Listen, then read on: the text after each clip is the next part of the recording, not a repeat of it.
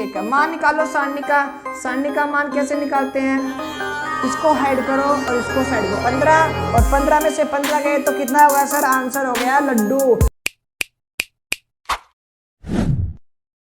आंखों में अरमान लिया और मंजिल को अपना मान लिया। आंखों में अरमान लिया और मंजिल को अपना मान लिया, तो मुश्किल क्या और आसान क्या, जब ठान लिया तो ठान लिया। हेलो स्टूडेंट, मैं राहुल सर स्वागत करता हूं आपके अपने YouTube चैनल राहुल सर पे। जैसा कि बेटा आपने थंबनेल पे देख लिया होगा, हमने देखो 12th क्लास का पर्सनावली चैप्टर की मैं बात करूं, सारणिक पर्सनावली कौन सी? 4.6, 1 से लेकर 6 तक प्रश्न, जिसमें आपको क्या दे रखी है? समीकरण दे रखी है, और उसमें पूछा कि उसका अस्तित्व है या फिर नहीं है, जिसको आप संगत और असंगत के नाम से भी जानते हो।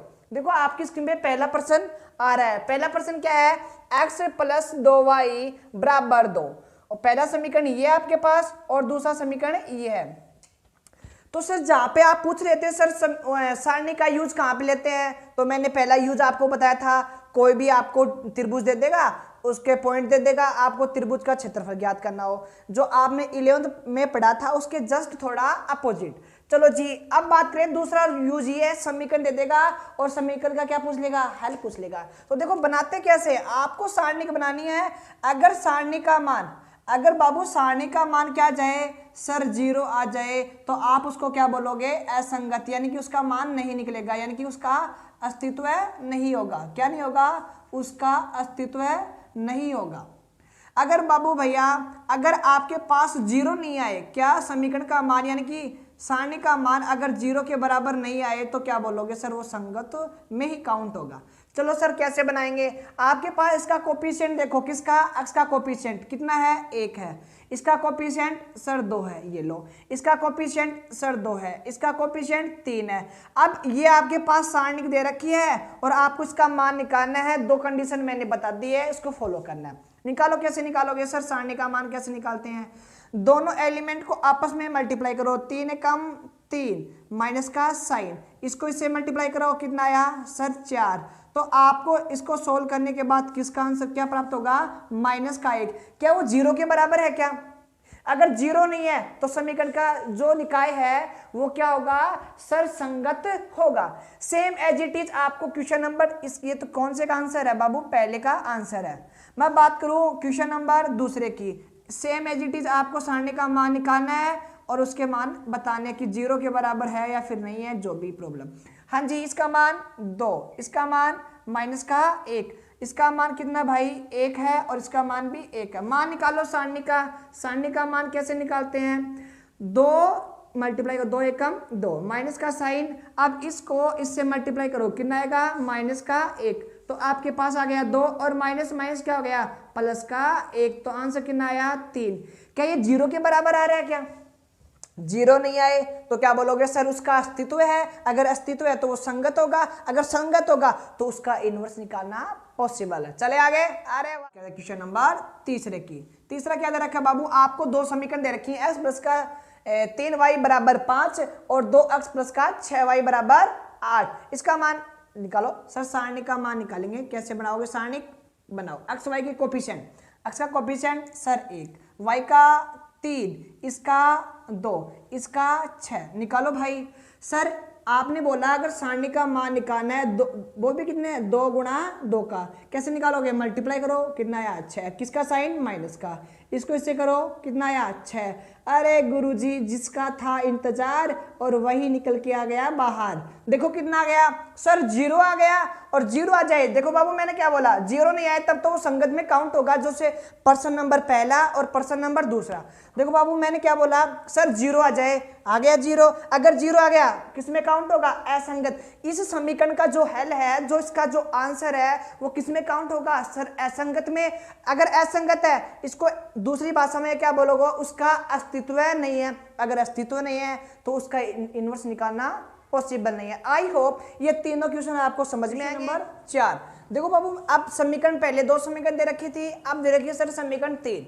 तो सर उसका आंसर कैसे निकालेगा? देखो मैंने बोला पहले आपको मैट्रिक्स बनानी ही पड़ेगी। क्या बनानी पड़ेगी? मैट्रिक्स बनाओ भाई। मैट्रिक्स मान लेते हैं उसको A। कैसे बनाओगे सर? x का कोफिशिएंट 1, y का कोफिशिएंट 1, z का कोफिशिएंट 1, एक्स का 2, वाई का 3 और जेड का 2, एक्स ए और मतलब वाई का बी और इसका 2a। इसको सॉल्व करो। अगर बाबू आपके पास आंसर क्या आ जाता है, अगर सर आंसर 0 आ जाता है तब वो किस में काउंट होगा सर, वो असंगत में काउंट होगा, उसका अस्तित्व नहीं रहेगा। अगर आपके पास 0 के बराबर नहीं आए तो बाबू भैया क्या बोलोगे उसको, सर वो संगत बोलेंगे। तो देखो अगर सारणी 3 गुणा 3 की उसका मान मैंने निकालना सिखाया था, क्या क्या बताया था, पहला वाला एलिमेंट प्लस का, दूसरा माइनस का, ये वाला प्लस का, सर ले लिया 1। यानी करना क्या है, अब इस वाले कॉलम को और इस वाले रो को क्या करना है, आपको हाइड करना। कर दिया क्या, तो क्या बना सर, मल्टीप्लाई करो, कितना हुआ 6a, तो मैंने लिखा 6a माइनस, अब इसको इससे करो तो कितना हुआ 2b, ये लो सर। अब क्या लिखेंगे, माइनस का 1। तो जिसका आंसर निकालना हो उसको हाइड कर दो, यानी इस कॉलम को हाइड करेंगे और इसको क्या करेंगे, साइड करेंगे। तो क्या बचा, ये वाला ही है, करो 2 को 2 से किया तो सर 4a माइनस, अब इसको इसे करो तो कितना हुआ 2a। आई होप यहाँ तो समझ में आएगा। अब करेंगे प्लस का 1 उतारेंगे। अब बाबू आपको इसका मान निकालना, इसको हाइड कर दो, इसको साइड कर दो, तो कितना हुआ 2b, ये लो 2b, किसका, माइनस का। अब मैं बात करता हूँ इसको मल्टीप्लाई करके, सर कितना आया 3a, ये आ गया 3 गुणा 3 की मैट्रिक्स का मान कैसे निकालते हैं बाबू। इसको सोल्व करो, क्या आएगा 6a माइनस का 2b, इसको मल्टीप्लाई किया तो माइनस का 4a, माइनस माइनस क्या हुआ बाबू, प्लस का 2a। अगर मैंने इसको किया तो कितना हुआ 2b, और इसको सोल्व किया तो कितना आया माइनस का 3a। सोल्व करो सर, सारणी का मान क्या आएगा, देखो a वाले काउंट करो कितने हैं सर, प्लस का 6 प्लस का 2 यानी 8 हो गए, 8। चलो ये तो हो गए सर प्लस के 8, कौन कौन से, ये वाले और ये वाले। माइनस के कितने हैं सर 3 और 1 कितने हो गए 4, तो बच्चा कितना सर a का मान बचा, ये लो 8 में से 7 गए तो a। आगे चलो सर, ये वाला, ओहो ये वाला तो सर दुआ हो गया, आपके पास किसका मान है, a का मान।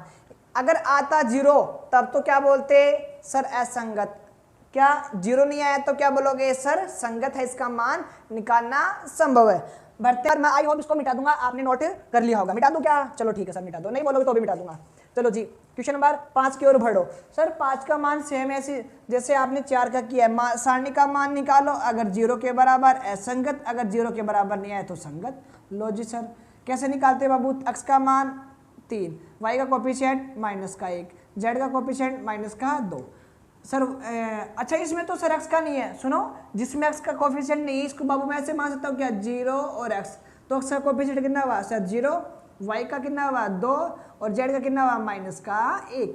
चलो जी सर x का मान 3, y का मान माइनस का 5 और z का मान 0। आई होप समझ में आया होगा। अब निकालो सारणी का मान, कैसे निकालोगे राजा भैया, सर प्लस माइनस और प्लस, ये लो सर प्लस का 3 लगाया मैंने, इसको हाइड करो और इसको साइड करो, इसको इससे मल्टीप्लाई 0 और बीच में लगाऊंगा साइन किसका माइनस का, इसको इससे मल्टीप्लाई किया कितना आया सर 5, वो भी ये लो।